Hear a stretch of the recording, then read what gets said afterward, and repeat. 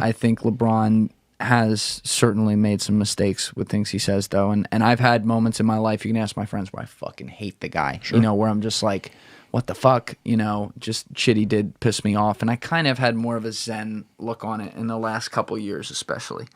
And obviously, I'm a fan of his play. Like, he's an incredible player. And he's done a lot of good, too. He's backed up a lot of, you know, you look at his foundational work and stuff, like he has walked the talk with those things as someone who came from a really tough situation and made it big. So I always look at the positive first with him.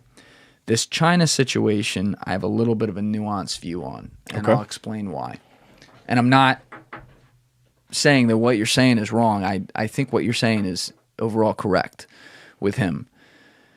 How he's looking at it, first of all, why do people in your mind, when they go to the ballot box and they vote and they choose a candidate, let's say they're strongly in one direction or another, how many real policies do you think they're voting on when they do that? One.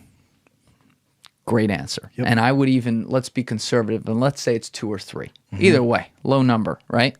But think about all the things that person, especially if it's a bigger role like president or senator, is going to control. It's thousands, tens of thousands, millions, right?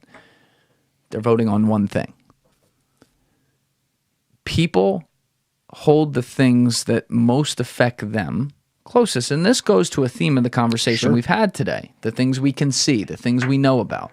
And LeBron has gotten some things wrong sometimes when he calls out cops for certain situations. And the one time where he put the picture of the guy up and that was actually a very good cop and that was not something he should have done. Like, yes, that was wrong and like he should take shit for that. Sure. But he is focused on things that affect like his community and problems he sees. And I fully understand that. With China, yes, overall he's wrong in this opinion, or in the complete inability to speak out, I think. But it is a very tough situation for him in particular, and here's where I see why. Okay. He is a billionaire. He is not missing any meals. The average length of an NBA player's career, there's approximately, I think, 450 players who play in the NBA every year, is not long. These guys are not making crazy money. This is money that, you know, the bottom half of the league, these guys are going to have to live off of, to say nothing of the top half of the league where people can start having this argument.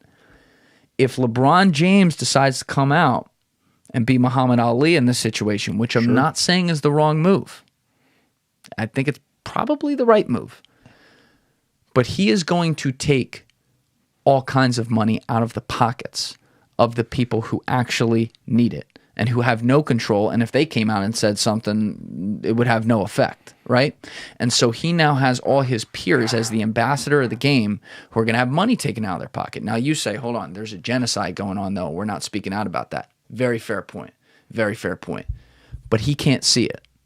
We don't see it. It's hard to Google and actually see it. Like, a lot of this is stuff that we have to rely on accounts of people who have been on it, which I understand, like, we got to do that. But, you know, he is stuck in that situation where it's like, well, am I going to be persona non grata if I do it? Now, when he dogpiles Daryl Morey for saying something, fuck that. I don't like that. That's bullshit. Just shut up.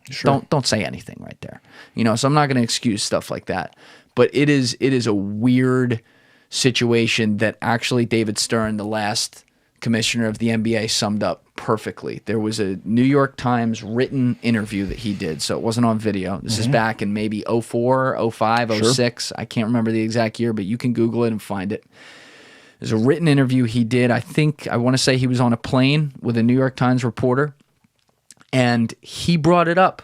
Now, as commissioner of the NBA, your job is you are hired by the owners to serve the financial interests of the owners. You have a fiduciary duty to them. So you have to look at all things that are financially acceptable. This is a pre-social media time too. Maybe there's less geopolitical thoughts with business, you know, different time. But David Stern brought up, and I'm paraphrasing, the idea that this China thing, and I think the reporter described it as he leaned his head back and like sighed and looked up at the sky. He's like, this China thing is a problem. That is a totalitarian communist regime that has human rights issues, and at some point that chicken is going to come home to roost, and I'm probably not going to be here when that happens, but holy shit. And again, I'm paraphrasing, but that is approximately what he said. And so you now have this kick the can down the road situation where now they're making so much money, and it's like you're in this groupthink scenario, while all of us looking here would like to look in history and say, ooh, we wouldn't be Hugo Boss during World War II and being funded by Hitler. And like, but are these guys Hitler? I mean, they're doing some of the same shit. It is a tough thing. And again, I think you're right. I'm just saying I think some of the intentions of some of these people, including LeBron, aren't evil. They're making perhaps a mistake with, you know, the road to hell paved with good intentions. Could be that type of situation. Thank you for watching the video, guys. Please hit that subscribe button and check out this clip's full podcast episode by clicking here or in the description below.